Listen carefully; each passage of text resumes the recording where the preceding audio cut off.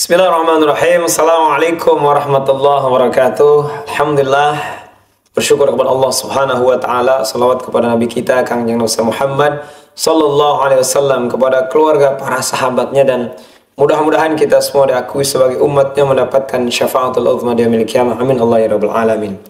Yang pertama, bersyukur kepada Allah dan ucapan jazakumullah khairan katsira kepada seluruh anggota dan pengurus jajaran dari para praktisi ruqyah seluruh Indonesia, dan juga jamaah dan juga keluarga besar Al-Alim, dan seluruh sahabat-sahabat yang kesempatan ini masih mengamanahkan kepada saya untuk menjadi pengurus ataupun ketua di wilayah Jawa Barat atau DPW Jawa Barat. Mohon izin, mudah-mudahan di kesempatan ini pemirsa Al-Alim TV dimanapun Anda berada, mudah-mudahan amanah yang diberikan tentunya dapat saya pegang.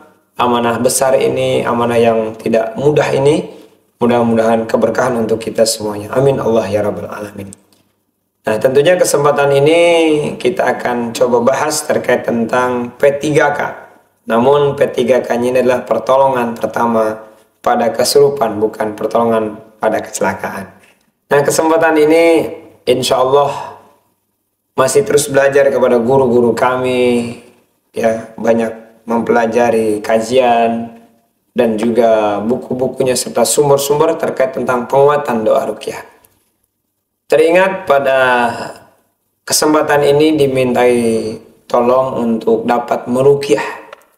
Ada 2 orang yang kesurupan, dan tentu ini menjadi pengalaman yang kesekian kalinya tentunya bagaimana menangani pasien yang kesurupan, apalagi bukan hanya 1 orang, 2 orang, dan di tengah yang lain juga cemas, panik menghadapi 2 orang tersebut.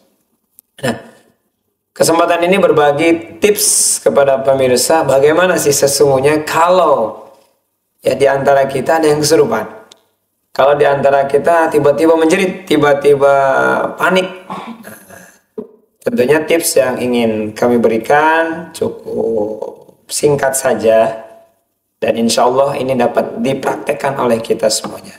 Yang pertama, ketika ada yang kesurupan, usahakan kita tetap tenang, tetap menjaga pikiran kita selalu positif, ya, utamakan ketenangan. Jadi ketika ada yang kesurupan, faktor utama yang harus kita siapkan adalah ketenangan dulu.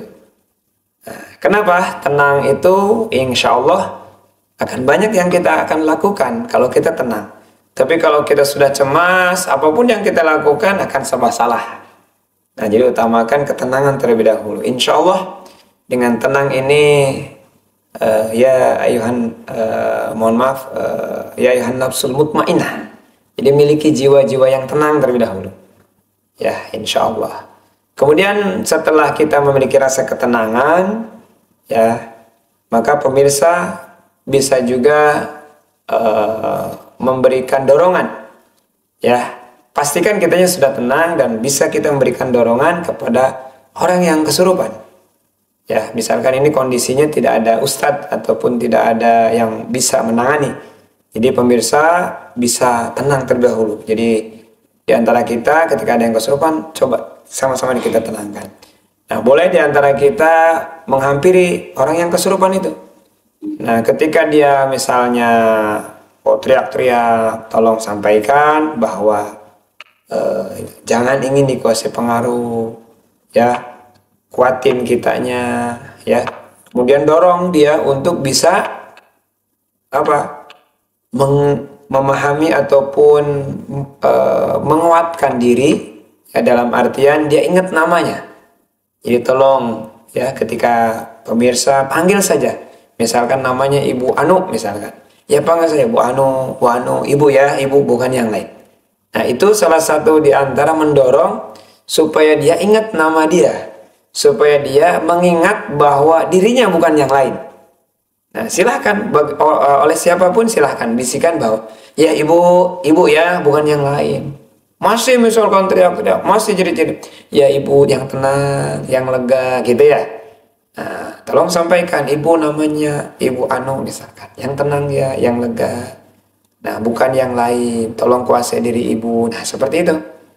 Nah, kemudian ketika masih kok dia menjerit-jerit atau masih teriak-teriak atau masih kesurupan, nah mulai kita dengan coba menenangkan. Kitanya tentu yang harus tenang dulu. Kita coba dengan sok ibu ya, mohon kepada Allah ya supaya kita bisa menjaga mulut kita dari teriak-teriak, hati kita yang gundah gitu ya, pikiran kita yang sedang kalut kacau. Nah, sok ibu yang tenang, misalkan ibu-ibu atau bapak, mohon bapak yang tenang ya, mohon perlindungan penjagaan kepada Allah ya, karena tubuh kita juga milik Allah, mulut kita juga milik Allah, pikiran kita juga milik Allah gitu. Jadi mohon kuasain dirinya, apa yang Allah titipkan kepada kita jaga, jangan sampai tidak dijaga sehingga kena kesurupan.